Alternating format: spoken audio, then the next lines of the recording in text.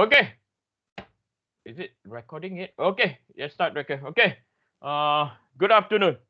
Where we last left off, okay? So where we last left off, we talked about how to locate the position of the neutral axis. Okay. And a very important aspect to know is the transformation rotate with the member or rotate the structure. I'll write down here the transformation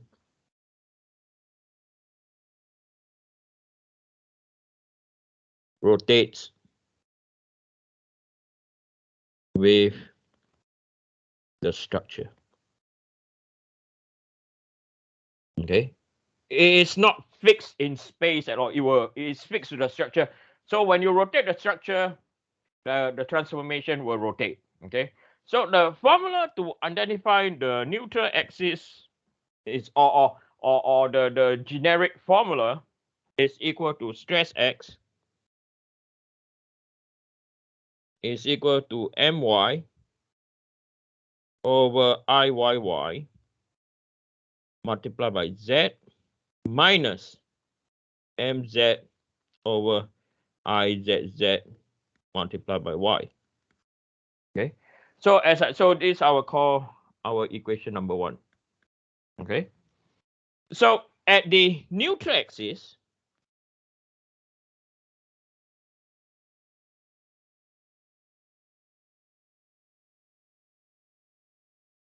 okay, at the neutral axis, stress x is equal to 0. Okay, so therefore equation number 1 becomes 0 is equal to my over Iyy multiplied by z minus by mz over Izz multiplied by y. Okay, so when I rewrite this equation again, okay, so I'm going to use a new page. If you guys are copying, I'll give you some time.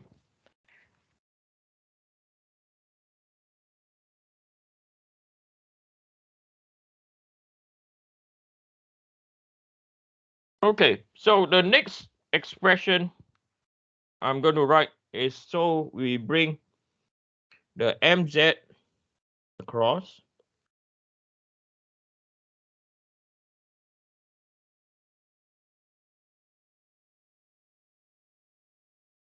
I just rearrange the equation.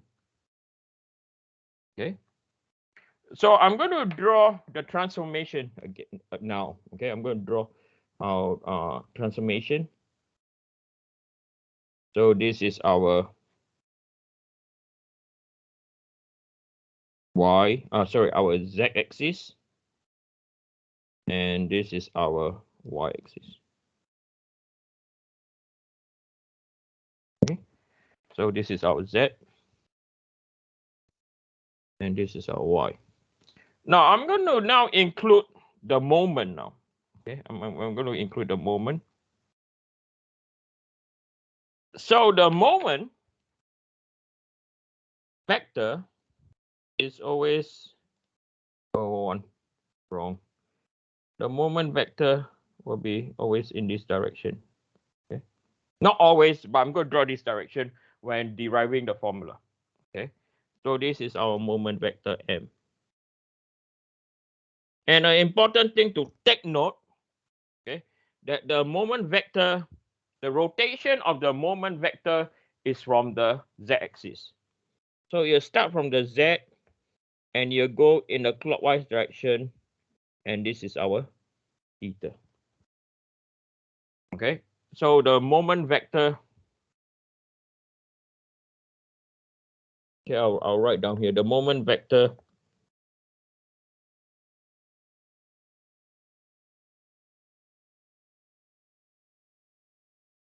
m rotation will start from the z-axis. Okay, so based on the orientation that you see, okay, clockwise is positive. Okay, so clockwise, so theta is positive for clockwise. Okay, theta is negative for counterclockwise.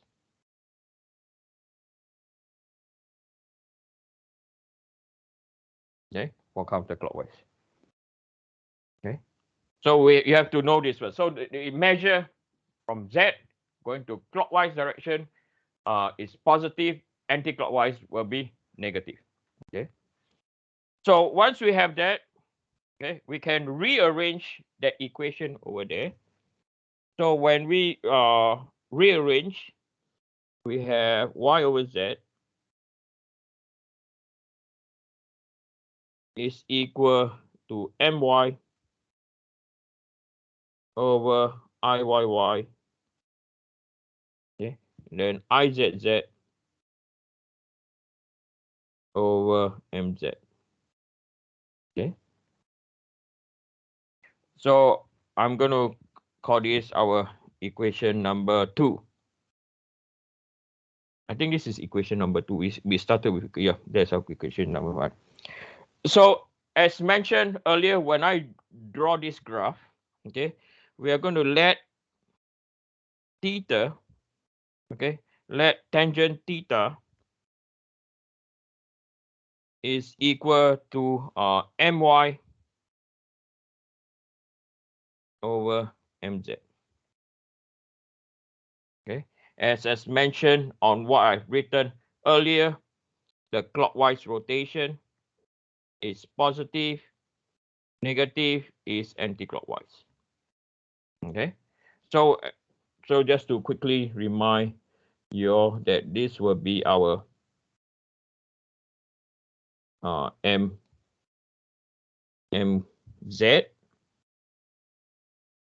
and then on our vertical,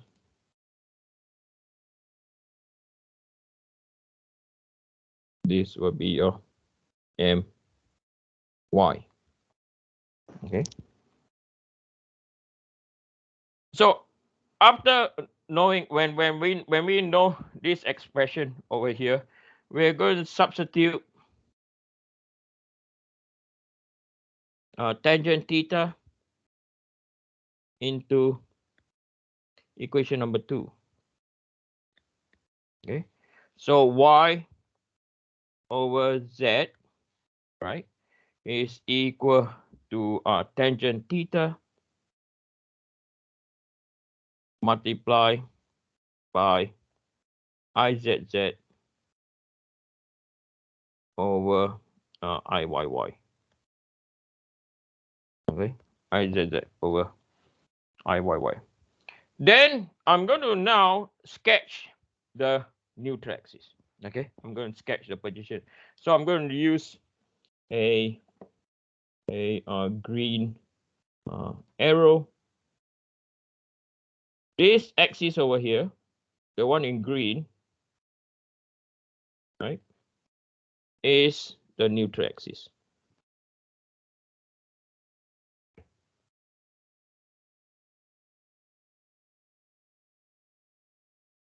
Okay, and the neutral axis orientation is also from the z-axis. Okay, so the neutral axis. Okay, and this angle over here is pi. Okay, is pi. So the neutral axis orientation is the same. Okay, so the orientation of the neutral axis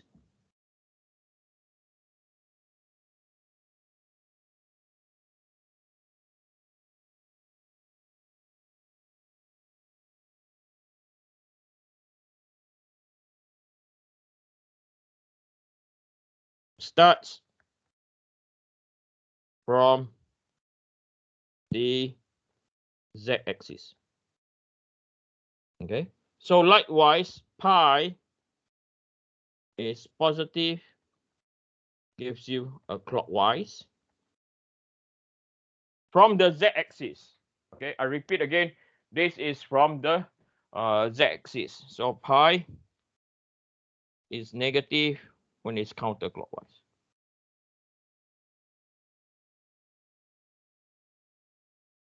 Okay. So at a certain point, okay, I pick a point. So a point I'm going to pick over here. Now this is the point that I'm going to pick. And this point has a certain z and y coordinate, right? So this is your y. Okay, so from here to here, right?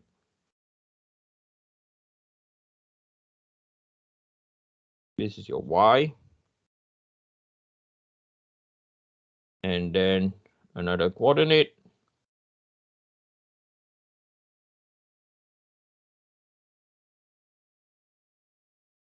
This will be your z. Okay. So with this, you can form another equation, which is equal to tangent pi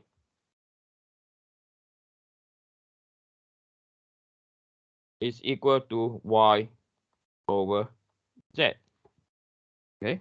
And again, clockwise is positive, anti-clockwise is negative. Okay. So we're going to substitute. So I'm going to call the above equation number 3.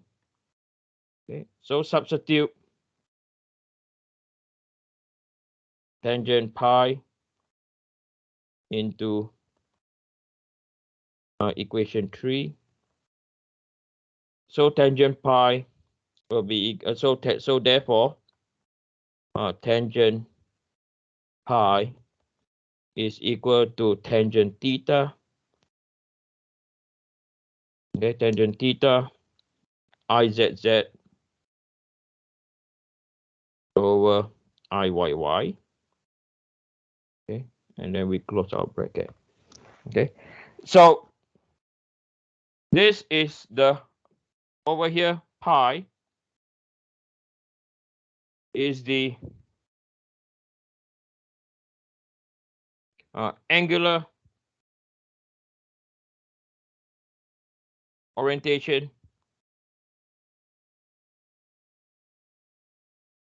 of the neutral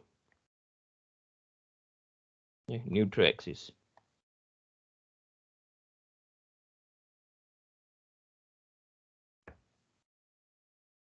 Okay, right. So let's now apply what we've just learned. Okay, so let's continue with example number 1. Okay, let's look at example number 1. We will do another example later on. Okay, so if I were to go back to example number 1.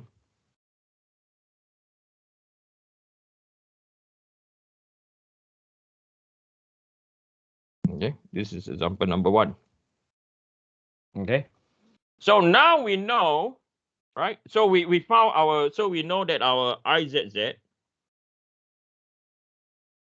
is equal to, what was our izz? I forgot now. Our izz is equal to 88 inches to the power 4. Our iyy is equal to 64 inches to the power 4. Okay, now, so we want to find the orientation of, we want to find pi. Okay, we want to find pi. So from here, we know that theta, this is our theta, right? So from here, we know that theta is equal to positive 20 degrees. Because it's going in a what? Clockwise direction from the axis. Okay. So now we can just substitute our formula. So we have tangent pi is equal to tangent positive 20 Then you have IZZ, which is 88 divided by 64. Okay, so pi is equal to 88. 88 divided by 64 times by tangent 20. So inverse tangent answer is equal to 26.6 degrees. And it's positive. So let me do it again. Tangent 20 times by 88 divided by 64. Inverse tangent is 26.6 degrees. So where is this 26.6 degrees? Okay. So I'm going to take my protractor, right? And I'm going to get 26.6 degrees. So